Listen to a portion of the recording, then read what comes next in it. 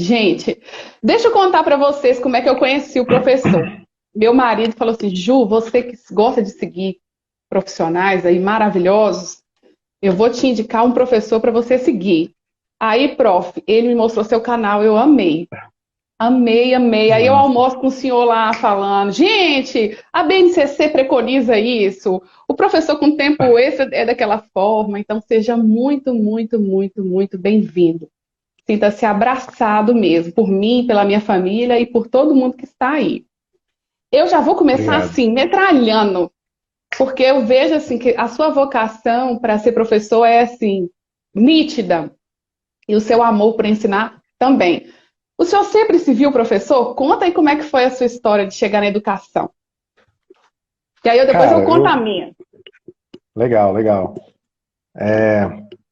Eu nasci em família de professores, sabe? Meu pai é professor, eu cresci vendo meu pai dando aulas, assim, então. E como eu sou um super fã do meu pai, sou apaixonado no meu pai, e assim, eu sempre quis ser igual ele em quase tudo, né? Quase tudo. Ai, que bom. Eu sempre quis ser professor, assim. Eu sempre, quando alguém me perguntava, quando eu era criança, o que eu queria ser, eu falava, não, eu quero ser professor, eu quero dar aula. Claro que teve alguns momentos da minha vida que eu quis ser arqueólogo por causa de Indiana Jones, eu queria ser Ah, que arqueólogo. massa, adorava. Mas aí depois mudou um pouco, eu pensei, eu quero ser médico depois, acho que todo mundo tem a fase de querer ser médico. Mas ele sempre voltou para minha vocação, acho que quando a gente tem uma vocação, a gente acaba caindo naquilo lá mesmo, não tem jeito.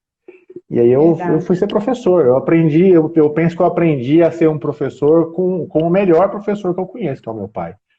E aí eu Gente, comecei a e dar seu pai é aula. da sua área, prof? Desculpa já Meu, ir pra- metralhando. meu pai é professor de matemática, física, química, E- teologia, biologia, filosofia. Meu pai tem umas 9 graduação, fora pós-graduação, mestrado, essas paradas todas. Então, assim, eu sou super fã. Meu pai é meu herói de verdade. E eu falo que eu queria ser igual a ele em quase tudo, porque tinha uma coisa que eu não queria ser igual ao meu pai, que era trabalhar tanto igual meu pai trabalhava. Eu queria trabalhar menos, eu queria ter mais tempo para família, mais tempo para curtir minha vida, ter qualidade de vida, né? De maneira geral. E Essencial. quando eu comecei a dar aula, por gostar mesmo de dar aula, acabou que quando eu assustei, eu já estava dando tanto aula quanto meu pai. Meu pai dava aula em várias cidades diferentes, trabalha de manhã, à tarde, à noite, igual a maioria dos professores. E eu pensava em fazer diferente, mas quando eu assustei, eu estava fazendo igualzinho. Ele dava aula em 3 cidades diferentes, 4 escolas diferentes, Hum, sabe? Disciplinas diferentes, níveis diferentes, fundamental, médio, superior. Era uma loucura. Uma loucura. Não dava nem para repetir a aula. Eu falava assim, nossa, eu vou dar uma aula nessa escola aqui e na outra eu vou repetir. Não tinha nem jeito. Era disciplinas diferentes. Então dava uma hum. trabalheira lascada, produzir aula, preparar aula, produzir material. E aí nesse processo aí foi bem desgastante. Mas eu sempre gostei de dar aula. E no final das contas, só para resumir essa parte, no final das contas eu quase que desisti da aula. Falei assim, cara, não vou mexer com isso Ah, não. eu ia te Eu, perguntar eu, isso, se o senhor já eu pensou vou em ganhar desistir dinheiro. alguma vez. Pensei. Eu falei assim, eu vou dar um jeito de ganhar dinheiro, com outra coisa que Ai, trabalha menos. E eu fui mexer com outra coisa, fui plantar soja. Eu moro na fazenda aqui em Goiás, eu sou do interior de Goiás aqui. E aí delícia! eu tenho assim, eu tenho a grata satisfação de morar na zona rural, na fazenda mesmo aqui. Inclusive a gente plantou girassol aqui agora, daqui uns dias vai ficar uma lindeza aqui, uma lindeza. Minha flor Minha casa fica no meio do favorita. girassol. Tem mais massa. E Gente, que aí lindo. eu fui e falei, vou continuar dando aula o mínimo aqui para garantir o pão mesmo e vou agarrar no agronegócio. Porque assim, pouca gente sabe que quando você vai mexer com agronegócio, a grana vem reunida depois da safra, né? 3, 4 meses depois você começa a brincadeira. É diferente de quando você está acostumado a ser assalariado. Todo mês eu tinha meu salário certinho. Então, quando eu fui plantar, eu não larguei minha sala de aula, até porque eu sou servidor público, então eu não larguei o concurso, continuei dando aula só que com carga mínima, e o restante do tempo eu Uhum. focava só no agronegócio. Só que não é o que faz o seu coração cantar, sabe? Eu aprendo muito, até hoje eu não só dou aula, eu faço um monte de outras coisas, eu não só leciono, mas o que faz o coração cantar mesmo é ensinar. Tanto que o tempo extra que hoje eu consigo conquistar, eu consumo, eu gasto aqui na internet, tentando ensinar outros professores a ter mais qualidade de vida. Essa parada que a gente faz aí. Total. Ai, que história inspiradora, gente. Prof, que bom que o senhor consegue conciliar tantas coisas e não deixou a educação, porque é a sua vocação. Outras coisas também, né? Mas essencialmente a gente percebe. Contando para vocês um pouquinho da minha história, eu estou com uma lista de 830 perguntas para te fazer, coisa rápida, gente, né? Até as 4. Gente, professor trabalha de madrugada, eu organizando a live, 1h da manhã, não me toquei, não, mandei uma mensagem lá no Insta dele, ele respondeu, gente, vida de professor apaixonado, é desse jeito, daí para pior. Prof, contando um pouco para você e para o pessoal que está aí para, quem sabe, né, tem outros vocacionados à educação. Depois contem aí pra gente, se vocês são professores, querem estar. Parece que a docência sempre me perseguiu. Eu não venho da família de professores, mas eu fiz magistério, que hoje nem existe mais, e o pessoal tá pensando, Ju é velha pra caramba, por isso ela colocou esse filtro aí no Instagram. Então eu fiz o magistério. Depois do magistério, eu vim para uma cidade, eu sou mineira, do interior de Minas, mas eu moro numa cidade do extremo sul da Bahia. Eu escolhi viver, que eu amo, inclusive, qualquer um que vier aqui, se o senhor vier, o senhor troca a sua fazenda e vai morar aqui, porque aqui é muito bom. E é bom demais. Só que quando eu fui fazer faculdade, não existia nenhuma outra, a não ser de licenciaturas. Uma universidade estadual, inclusive é multicamp, é muito grande no estado da Bahia, que é a UNEB. E eu falei assim, cara, eu vou fazer ensino superior, porque só tem esse, vai esse mesmo. É o que temos para hoje. Prof, trabalhei 11 anos, fiz pedagogia voltada para projetos, especializei em pedagogia empresarial, trabalhei 11 anos com gestão financeira. Foi botar meu pezinho na sala de aula, foi sentir aquela vontade. Falei, poxa, eu podia exercer a minha faculdade e tal. Foi botar o pé. E cruzeirense, Dan, que tá aí comigo. Cruzeiro querido. Depois a gente converte o professor a essa religião, que é o nosso time. Tô brincando. Foi botar o pé na sala de aula, prof. E quem tá aí conosco. Meu sogro é cruzeirense, hein? Só pra vocês saberem. Ah, eu já gosto dele. Já convido para poder estar conosco. Mas, prof, quando eu quis trabalhar como professora, eu não pensei em concursos, porque como eu trabalhava na gestão financeira e eu gostava, inclusive eu até gosto de rotinas administrativas, essas coisas, eu falei, se eu preciso trabalhar à noite, e eu não via concurso para a noite, então eu falei, eu vou bater na porta das instituições. Prof, o senhor já vai me contar que eu quero perguntar outra coisa, mas eu já ouvi tanto não. Tinha gente que nem olhava o meu currículo, tinha gente que nem olhava na minha cara. Não, é que já não tinha tantas instituições, hoje tem bastante, né? Mas na época não tinha. Eu falei, meu Deus, nenhuma porta se abre. Comecei a oferecer meu trabalho de graça, comecei a fazer palestra, comecei a envolver os colegas, até que a primeira porta se abriu. E eu quero mandar um beijo para a Jane, que acreditou em mim de lá para cá. Vamos fazer 11 anos agora em agosto. Mas eu percebo, por isso que eu coloquei assim, ser professor por escolha, por opção e não por condição, que para você ser um professor de verdade, tem que fazer isso que o senhor falou, o nosso coração precisa cantar por isso. O nosso coração precisa cantar por isso, senão não vai ter sentido, né? Não vai chegar. Ô, prof, o senhor fala que o professor precisa ser inovador, né? Com tempo extra. Conta pra gente um pouquinho, assim, como que o senhor imagina que tem que ser o pensamento do professor, a rotina do professor, para que ele atinja? Eu falo que o professor tem que atingir o coração e o cognitivo do aluno, né? O que o senhor acha que o professor tem que fazer de formação? Conta pra gente e depois eu vou interagir. Ju, vamos lá. Em relação à formação, eu quero pegar um gancho interessante que você falou aí.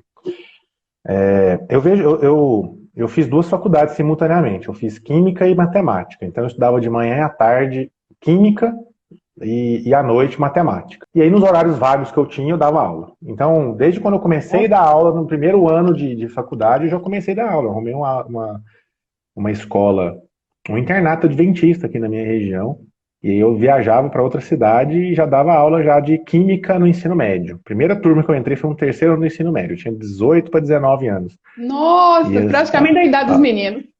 Praticamente da idade dos meninos. A maioria dos alunos lá era mais velho que eu, às vezes. E foi uma experiência muito boa. E claro que no começo você fica meio com vergonha e tal, mas você vai desenvolvendo e vai crescendo. E o que acontece? Por que eu estou contando isso? Porque os meus colegas na faculdade, a maioria deles, não trabalhavam na área. Alguns da faculdade à noite, que era particular, trabalhavam para pagar a faculdade, trabalhavam de outra coisa, totalmente diferente, não dava aula. A maioria deles, não todos, mas a maioria. E da faculdade de manhã, que era pública, a maioria não trabalhava, estudava só na faculdade e, no máximo, dava uma aula particular, alguma coisa assim, né? Ou então trabalhava de alguma outra coisa que não tinha nada a ver também com a docência. E isso é importante a gente avaliar, porque, no final das contas, quando eu formei, 3, 4 anos depois, eu tinha 3, 4 anos de experiência. Então, quando eu cheguei para procurar emprego, o meu currículo já tinha 4 anos de experiência. E isso pesa muito na hora da contratação, entendeu? Então, a escola olhava para mim, via que eu era novo, era dinâmico e tinha experiência numa área, numa disciplina que não tem muita gente apta ou às vezes com vontade de dar aula. Fato, eu já coordenei, é difícil achar mesmo. Não é? Já coordenei. A maioria dos meus colegas do curso de Química queria trabalhar na indústria, não queria dar aula. Então eles estavam fazendo aquele curso ali, na verdade, não é porque eles tinham aquele negócio assim, nossa, eu quero ser professor. Poucos tinham, sabe? Eu posso aqui imaginar, aqui chutar um percentual, mas 80% dos meus colegas não dão aula hoje, trabalham de outra coisa. Não leciona, não é docente, entendeu? Por causa disso, porque tá na faculdade ali, talvez não era a primeira opção, talvez queria fazer outra coisa e acabou caindo ali e seguiu, e aí como não é aquilo que gosta, durante a faculdade não buscava dar aula, estava estudando para concurso, fazendo outra coisa, e no final das contas, quando terminava a faculdade, sobrou só aquilo mesmo, aí demorava a arrumar um emprego, quando arrumava já estava meio frustrado, ou passava num concurso, já passava meio querendo só dar aula e ir embora para casa. Então, infelizmente, é uma realidade isso. Infelizmente é uma realidade para muitos, entendeu? E aí os poucos professores que de fato querem ser professor e tudo e entra ali, eles trilham um caminho, às vezes, de resistência nas escolas, porque aí você vai trabalhar com colegas que não querem ser professores, não gostam de ser professores e tem raiva de quem é professor, quase. Não é? Aí entra o ponto que você perguntou. Ser professor inovador. O que é ser professor inovador? No final das contas, em muitos momentos, é ser o contraponto. É ser um professor que, no final das contas, é diferente da maioria. Vamos dizer assim que é bacana porque você está provocando uma mudança, mas às vezes cansa também. Você se sente solitário no passo a passo ali, né? No dia a dia, você se sente solitário, às vezes se sente muito diferente. Sente até que você está no caminho errado, já que você está diferente da maioria.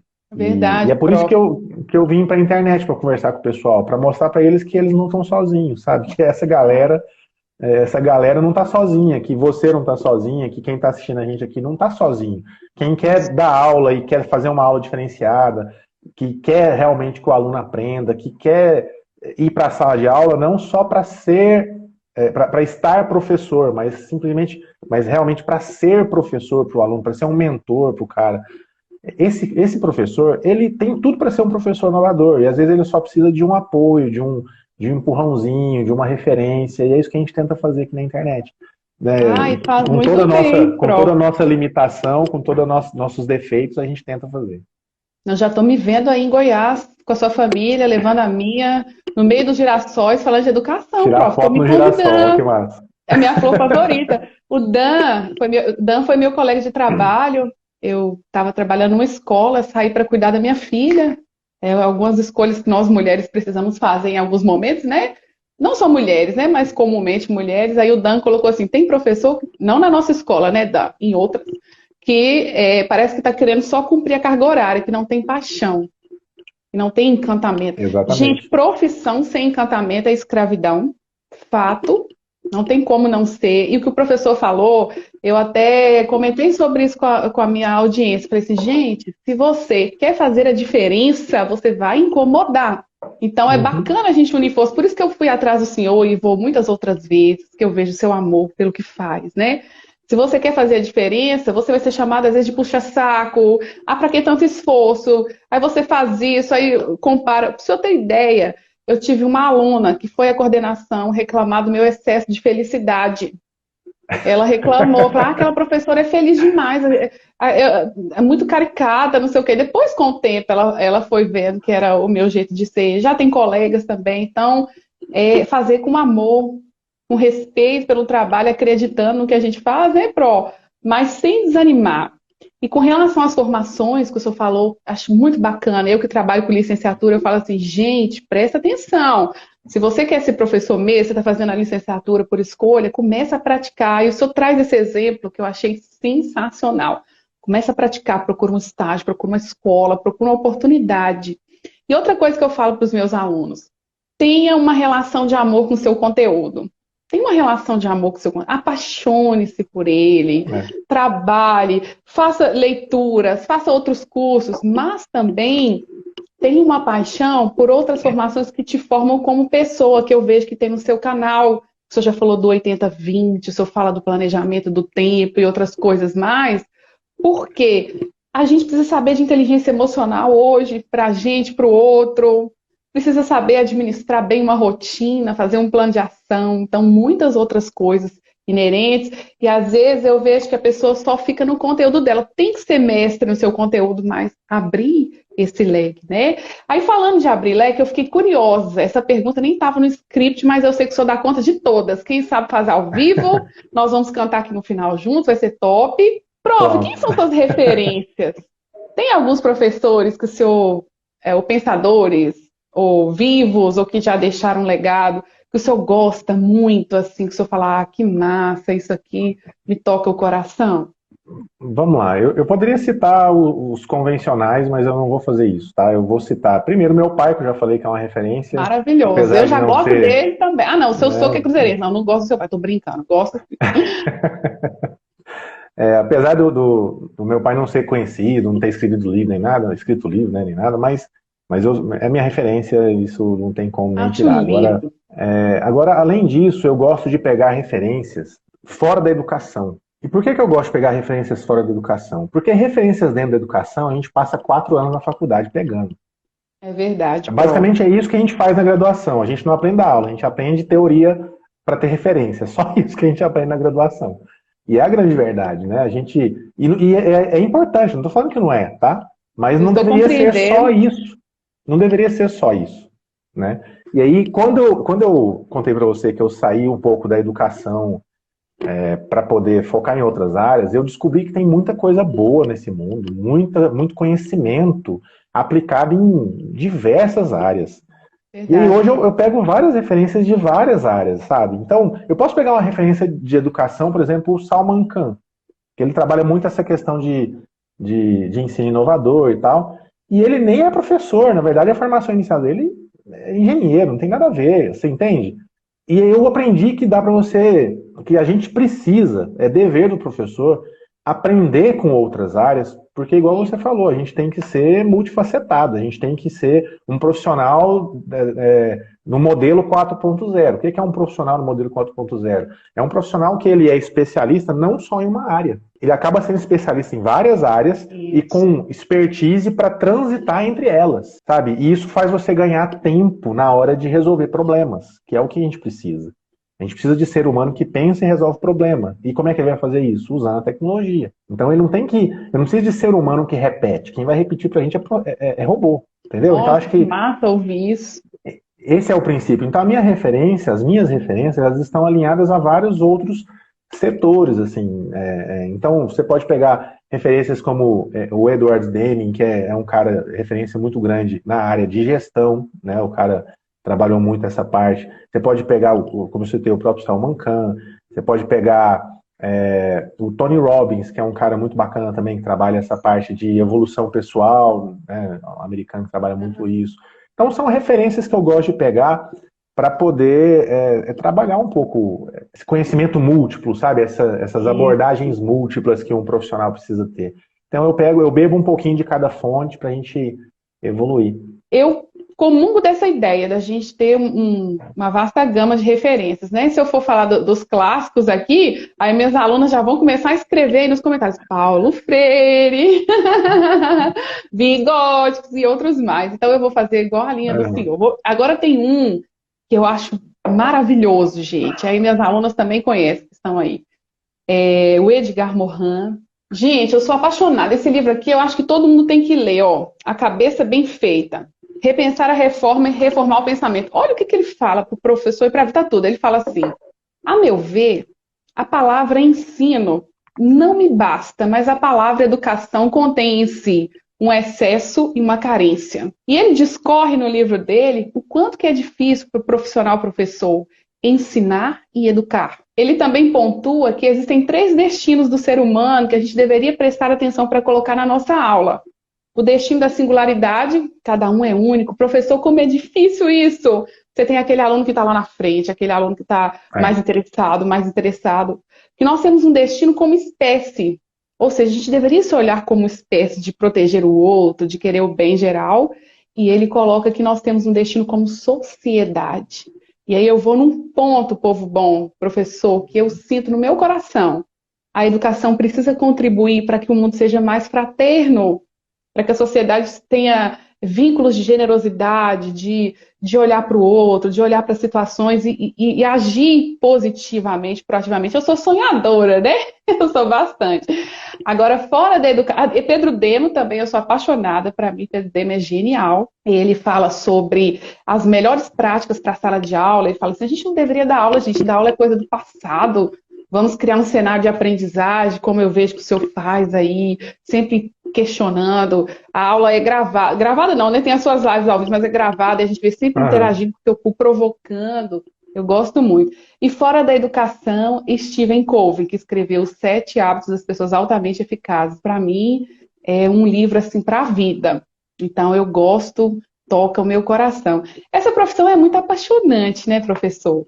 Essa profissão, ela toca. Agora, me conta aqui, como é que é a sua relação professor e aluno? Como que o senhor enxerga o seu aluno? Como é que é? Nesse tempo, então, que a gente está remoto, como é que tem sido lá? Ou melhor, aí. Vamos lá. Certo. Eu vejo o meu aluno como mais uma fonte de aprendizagem para mim. Ai, que top. Sabe? Porque se você chega na sala de aula com uma postura de que você vai ensinar tudo, no final das contas, você cria um bloqueio ali e acaba afastando o aluno e você não consegue mentorar ele. Eu acho que no modelo da educação 4.0, que é no modelo que a gente precisa agora, para preparar o aluno para o mercado de trabalho do futuro, do presente, na verdade, né? A gente precisa ensinar ele 2 coisas, autonomia, né, e colaborativismo. O aluno ele tem que ter autonomia para ele aprender sozinho, que é isso que a gente está falando aqui agora. A gente fala das nossas referências, a gente está aprendendo sozinho. A gente pega lá e lê, sozinho entre aspas, né? A gente mesmo busca o conhecimento e forma, mas a gente está sendo mentorado, entre aspas, pelo autor de um livro, pelo cara que a gente está escutando. Então, quando eu pego e falo assim, uma referência dentro da educação bacana, Vasco Moreto, referência excepcional em ensino de competências, de habilidades, essas coisas.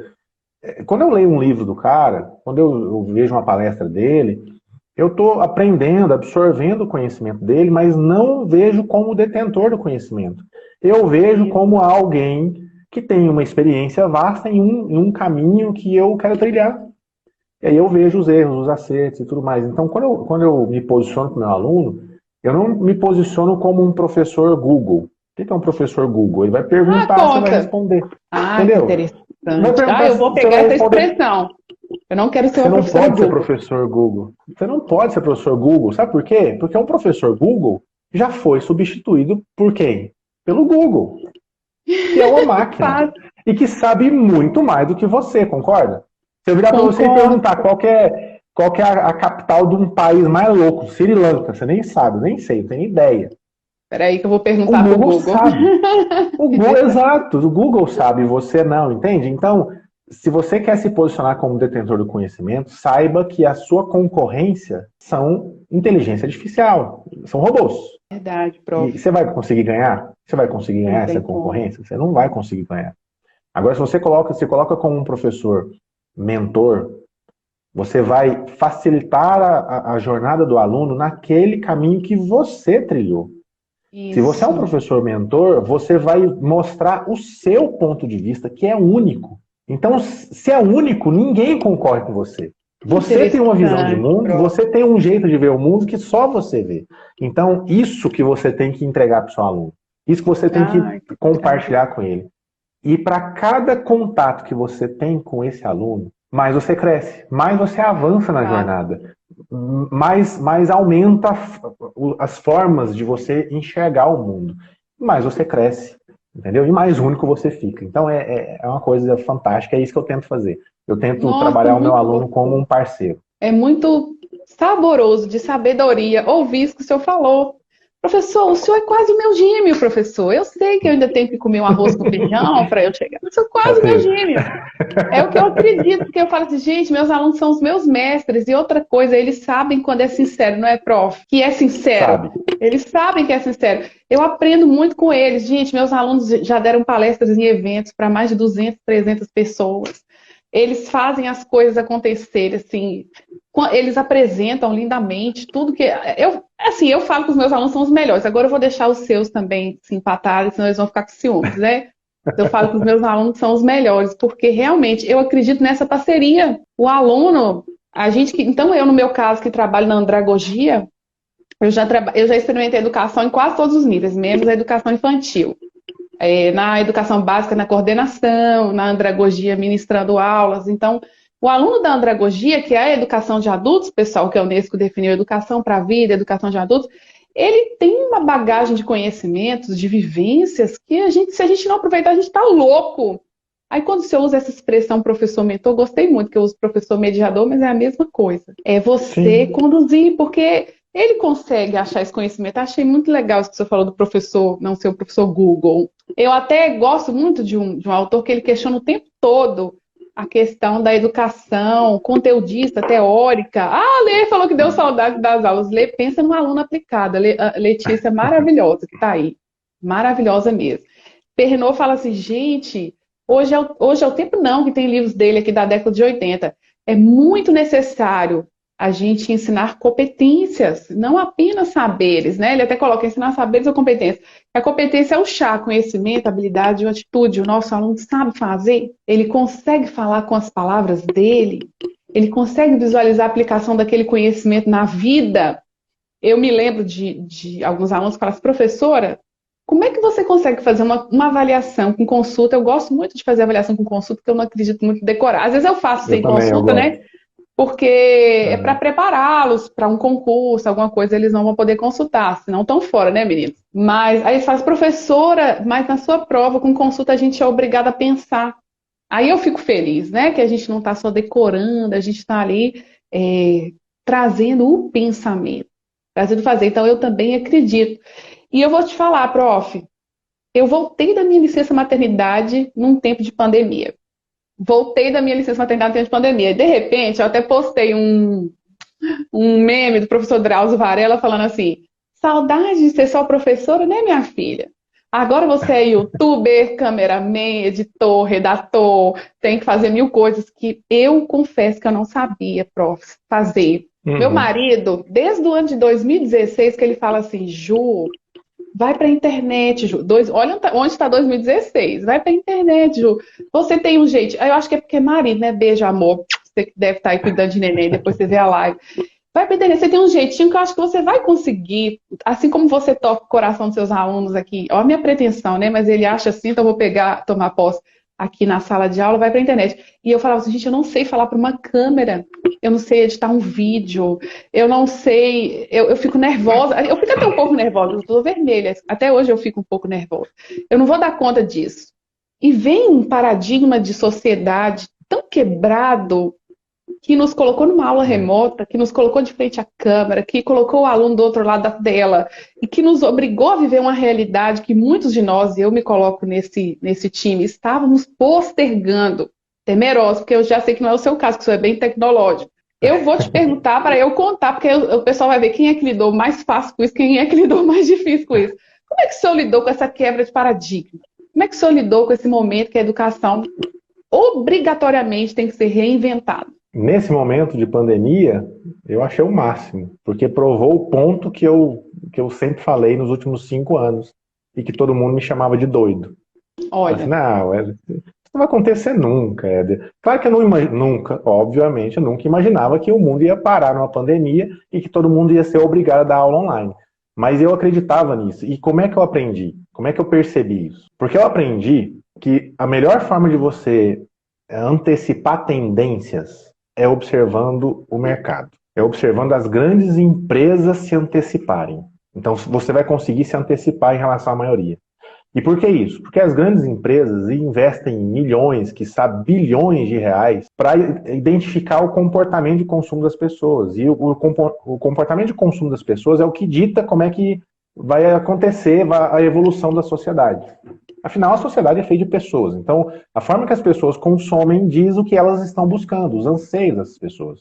E, consequentemente, é o que elas vão comprar, é o que vai gerar a economia e é o que vai definir as vagas de trabalho no mercado, etc. E, consequentemente, também definir o que a gente precisa ou não ensinar. E isso é importante a gente entender, porque lá em 2012, 2011, alguma coisa assim, eu estava dando aula na faculdade Anhanguera. Era professor da faculdade Anhanguera. Ah, estamos na mesma companhia! Eu estava lá na faculdade de Anhanguera, na época que a Anhanguera foi comprada pela Croton. Eu dava aula na faculdade de Anhanguera, um tempo, e aí nesse período, que eu já estava lá fazia um tempo, já estava com 3 ou 4 anos já dando aula, aí veio a Croton e comprou. E quando comprou, ela começou a fazer uma transição, investindo mais em aulas online do que em aulas presenciais. E muita gente falava, você viu isso então, né, Ju? Você sabe o que eu estou falando. Então muita gente, às vezes, observava e falava assim, cara, a Croton é doida. Ela está investindo no EAD, mas a maioria das pessoas acha que EAD nem serve para ensinar direito. As pessoas, quem forma em EAD, existe um preconceito que quem forma e ensina à distância não aprende direito. O mercado de trabalho não vai contratar quem é formado no EAD, etc. Então existia um preconceito muito grande na época. E eu comecei a observar aquilo e falei assim, cara, se esses caras estão investindo desse jeito, essa parada aí não é de qualquer jeito. Isso aí tem um sentido, tem um porquê. A procura deve ser grande. Eu não tinha números, eu só imaginava isso, sabe? Era só alguma coisa que eu alucinava, assim, acho que é isso. E aí eu lembro que na época eles ofereceram uma pós-graduação de graça pra gente, para pós-graduação em metodologia e gestão de ensino à distância. E eu fui e fiz esse negócio, falei, vou fazer isso aí. E aí na pós-graduação eu via umas teorias lá muito doidas, falando sobre ensino síncrono, assíncrono, como avaliar o aluno, formas de avaliar o aluno diferente. Não tinha essa parada ferramental, assim, não sei nem se essa palavra existe, mas tudo bem. Não existe essa palavra. Tem toda a liberdade para criar quantas quiser. O meu canal é Posso criar, então. Pode. Pronto. Então, na pós-graduação, a gente sabe que era muita teoria, não trabalhava muito ferramenta para aplicar, mas a teoria, quando eu estava. Porque eu fui interessado, eu fui fazer aquela especialização interessado para entender a mudança que estava acontecendo, ou que estava prestes a acontecer. Isso lá, eu não sei se é 2014, 2011, eu não lembro, mas naquela época, que já faz muito tempo hoje. E aí eu fiz aquela pós-graduação, peguei aquelas teorias, li um pouco, entendi e larguei. Continuei dando aula presencial normal.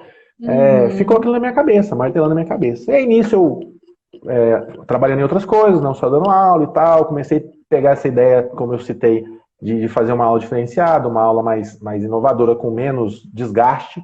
Uma aula nos moldes da aula show é uma aula que você vai gastar a quantidade de energia necessária, somente a quantidade de energia necessária. Você nunca vai gastar mais do que o necessário. Esse é o princípio que rege a nossa forma de lecionar, a forma aula show, a metodologia aula show que a gente vem desenvolvendo. E foi desse desenvolvimento, dessa parada. E quando eu juntou tudo isso com outras coisas, eu percebi que a gente precisava estar preparado. E aí, em 2017, eu estava na assessoria pedagógica de matemática e de ciências aqui na Prefeitura de Anápolis. Eu coordenava todos os professores das mais de 100 escolas que a gente tinha aqui na rede. Uau, prof, que trabalho.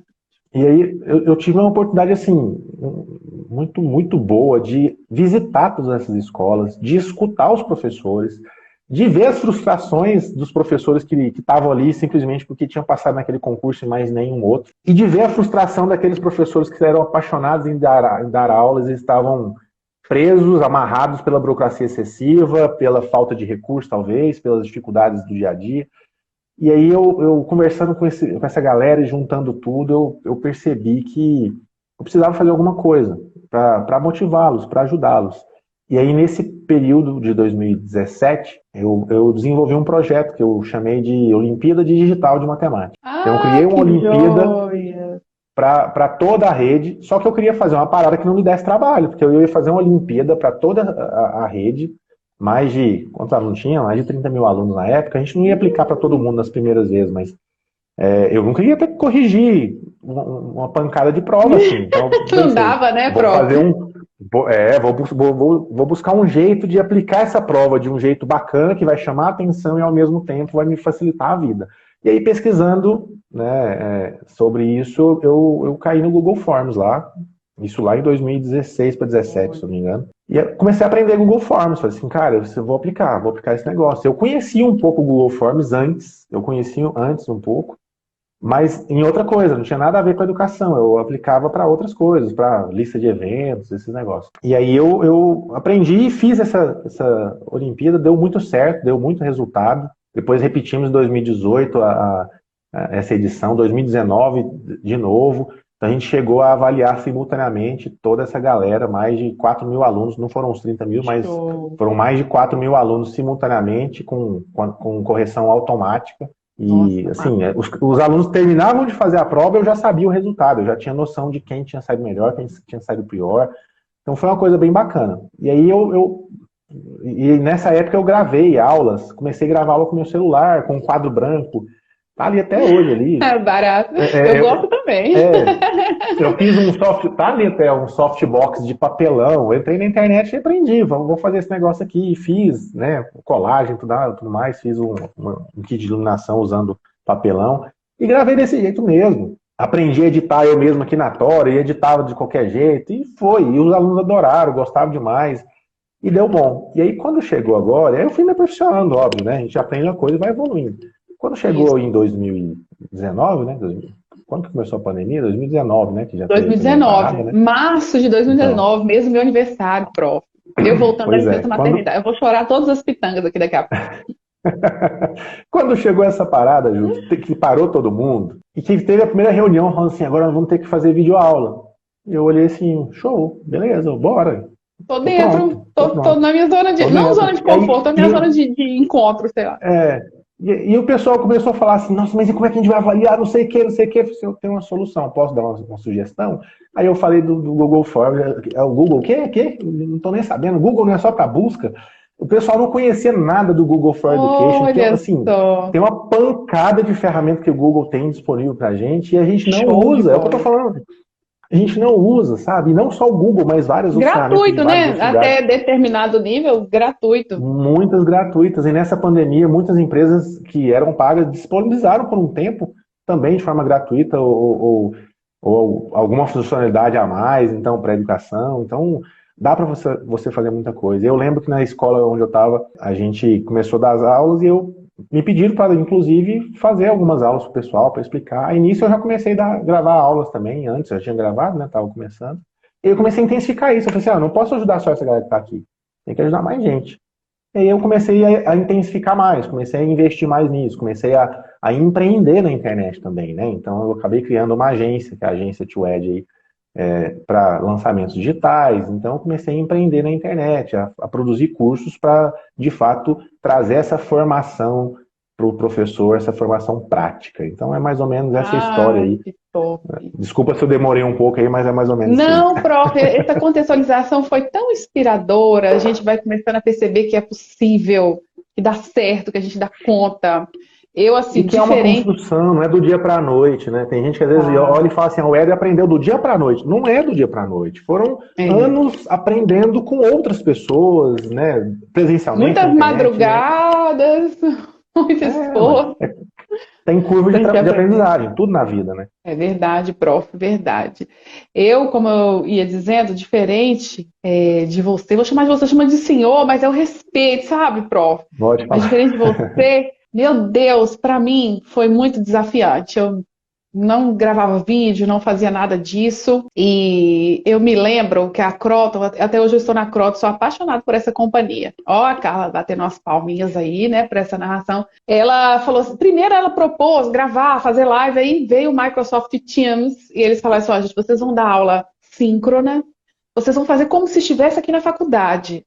Aula, intervalo, atividade. Prof, deu um nó na minha cabeça. Deu um nó na minha cabeça. Um nó.